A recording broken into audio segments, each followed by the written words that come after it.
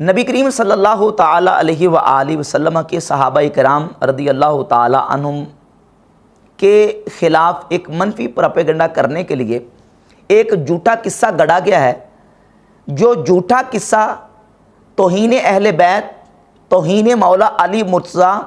توہین سیدہ فاطمہ الزہرا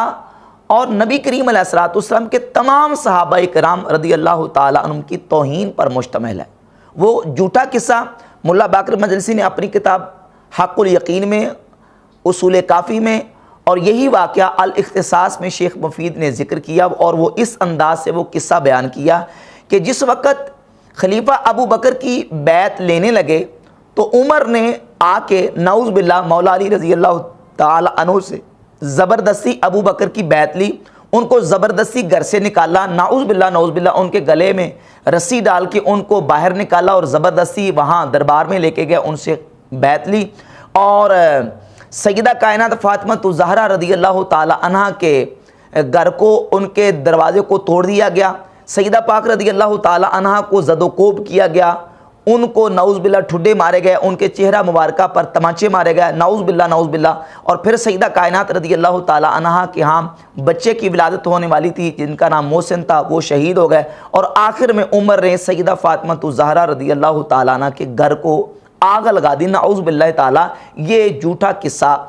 گڑھ کے تو نبی کریم علیہ الصلوۃ والسلام کے صحابہ کرام بالعموم اور حضرت ابو بکر عمر رضی اللہ تعالی عنہما کے خلاف بالخصوص یہ منفی پروپیگنڈا کیا جاتا ہے۔ حالانکہ یہ واقعہ مکذوبہ جھوٹا واقعہ، اس کا حقیقت کے ساتھ کوئی تعلق نہیں ہے۔ عقلاً، نقلاً، روایتاً، درایتاً، شرعاً، اخلاقاً، عرفاً، ہر اعتبار سے یہ جھوٹا واقعہ ہے۔ یہ واقعہ بالکل اس کے پلے کچھ حقیقت نہیں ہے۔ جب یہ واقعہ پیش کیا جاتا ہے تو فوراً ایک سادہ مسلمان کے ذہن دماغ میں ایک سوال پیدا ہوتا ہے کہ نعوذ باللہ اگر یہ واقعہ پیش آیا ہوتا تو سیدنا مولا علی مرتضیٰ شیر خدا کرم اللہ تعالی وجہ الکریم، حیدر کرار، فاتح خیبر، شیر خدا، وہ اس وقت انہوں نے سیدہ پاک رضی اللہ تعالیٰ عنہ کا دفاع کیوں نہیں کیا؟ بنو ہاشم موجود تھے، انہوں نے دفاع کیوں نہیں کیا؟ اور نبی کریم علیہ الصلوۃ والسلام کے 1.25 لاکھ صحابہ موجود تھے، انہوں نے دفاع کیوں نہیں کیا؟ یعنی کیا مولا علی مرتضیٰ شیر خدا رضی اللہ تعالی عنہ پر شرعاً، اخلاقاً، عرفاً کیا ان پر یہ واجب نہیں تھا کہ وہ سیدہ پاک رضی اللہ تعالی عنہ کا دفاع کرتے؟ انہوں نے سیدہ پاک کا دفاع کیوں نہیں کیا؟ چلو تمہارے عقیدے کے مطابق تمہارا یہ عقیدہ ہے کہ نبی کریم علیہ الصلوۃ والسلام کے دنیا سے پردہ کر جانے کے بعد صرف 4 مسلمان باقی بچے تھے، باقی سارے مرتد ہو گئے تھے، 3 یا 4 کا روایت میں آتا ہے، اور یہ ان کی اپنی مستند اور معتبر کتابوں میں یہ روایت موجود ہے۔ آپ الکافی اٹھا کے دیکھ لیں، جلد نمبر 7 اور روایت نمبر 15081 ہے۔ تفسیر قمی جلد نمبر 1 صفحہ نمبر 141 پر، الاختصاص شیخ مفید کی اس کے صفحہ نمبر 6 پر، اور ملا باقر مجلسی کی یہ کتاب ہے حیات القلوب، اس کی جلد نمبر 2 صفحہ نمبر 923 پر لکھا کہ عیاشی نے بسند معتبر اس کو ذکر کیا ہے۔ عین الحیات کے صفحہ نمبر 3 پر حق الیقین اور تفسیر عیاشی، ان تمام 8 کتابوں کے حوالے میں نے پیش کیے کہ اہل تشیع کی روافض کی ان کتابوں میں بسند معتبر، ان کے ہاں جو معتبر سندیں ہیں، یہ بیان کیا گیا کہ نعوذ باللہ نبی کریم علیہ الصلوۃ والسلام کے وصال اقدس کے بعد، حضور کے دنیا سے پردہ کر جانے کے بعد صرف 4 مسلمان باقی بچے تھے، باقی سارے مرتد ہو گئے تھے، العیاذ باللہ تعالی۔ تو تمہارے عقیدے کے مطابق 4 تو مسلمان پکے باقی بچے تھے نا، کیا ان پر شرعاً، عقلاً، عرفاً، اخلاقاً واجب نہیں تھا کہ وہ شہزادی رسول سیدہ کائنات، سیدہ نساء العالمین فاطمہ الزہرا رضی اللہ تعالیٰ عنہ کا دفاع کرتے؟ انہوں نے دفاع کیوں نہیں کیا؟ تو اب اس سلسلے میں اس کا جواب دیتے ہوئے ایک انہوں نے ہیلا گڑھا ہے، کیونکہ ایک جھوٹ کو چھپانے کے لیے 100 جھوٹ بولنے پڑتے ہیں،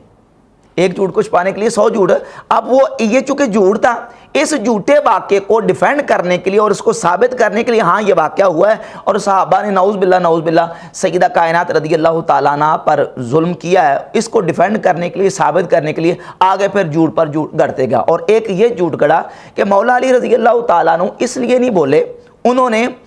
دفاع اس لیے نہیں کیا، حالانکہ یہ بات بالکل ذہن شریعت قرآن حدیث ماننے کے لیے بالکل تیار نہیں ہے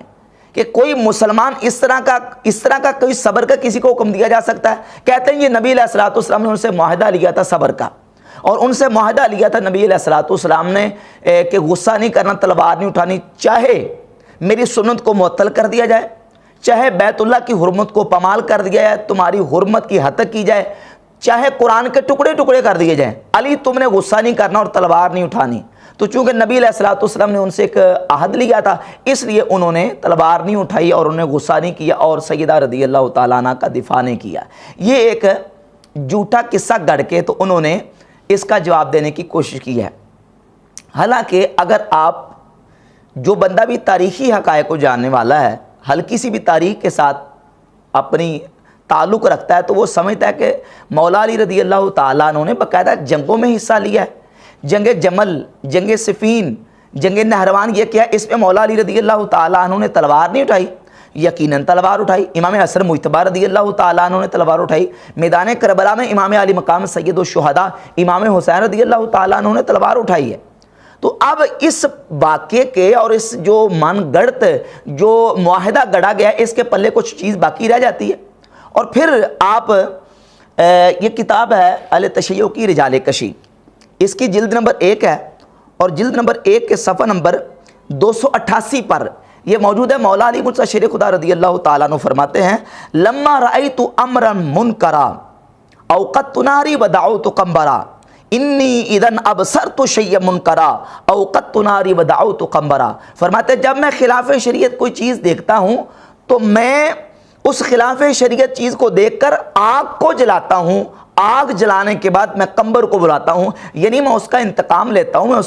اس کا جو ہے نا وہ اس منکر کو، اس خلاف شریعت چیز کو مٹاتا ہوں اور اس کو ختم کرتا ہوں۔ مولا علی رضی اللہ تعالیٰ عنہ کی ذات اقدس تو یہ فرما رہے ہیں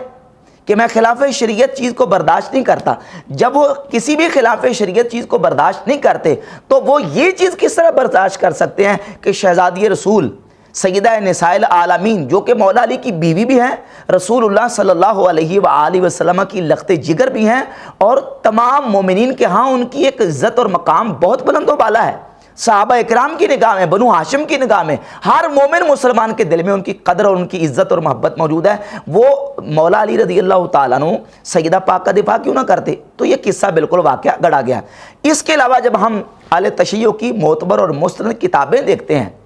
تو ان کتابوں سے بھی اس معاہدے کے جھوٹا ہونے کا بالکل ثبوت ملتا ہے، اگرچہ ہمارے ہاں تو یہ ساری مکذوبہ اور جھوٹی اور جعلی روایات ہیں جو گڑھ کے جو مولا علی کی توہین پر بھی مشتمل ہے، اہل بیت اطہار کی بھی توہین پر مشتمل ہے، اور اس کے علاوہ نبی کریم علیہ الصلوۃ والسلام کے صحابہ اکرام رضی اللہ تعالیٰ عنہ کی توہین بھی کرتی ہیں، لیکن ان کی کتابوں میں وہ روایت موجود ہے۔ یہ حق الیقین ہے ملا باقر مجلسی کی۔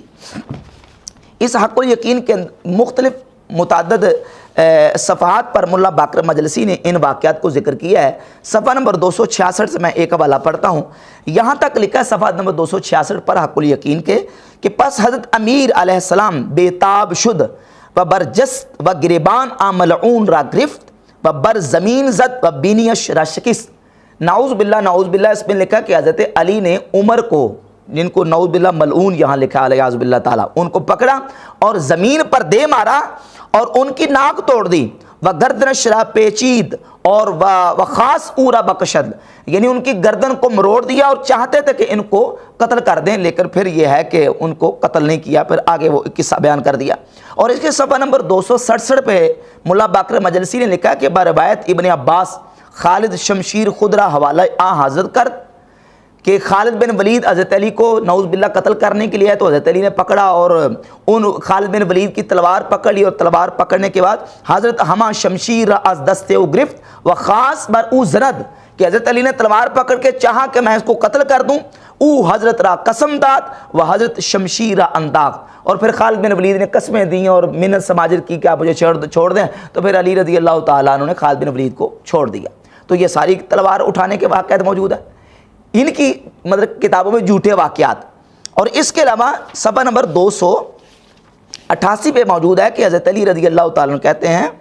اس میں یہ لکھا ہے صفحہ نمبر 288 پہ کہ اگر چہل نفر می یافتم کہ صاحب عزم باشن کتال می کردم با ابو بکر، علی رضی اللہ تعالیٰ عنہ فرماتے ہیں کہ اگر میرے پاس 40 وہ افراد ہوتے جو باوفا ہیں، باوفا 40 افراد میرے ساتھ ہوتے جنہوں نے میری بیعت کی تھی، بیعت کرنے کے بعد توڑ دی، تو میں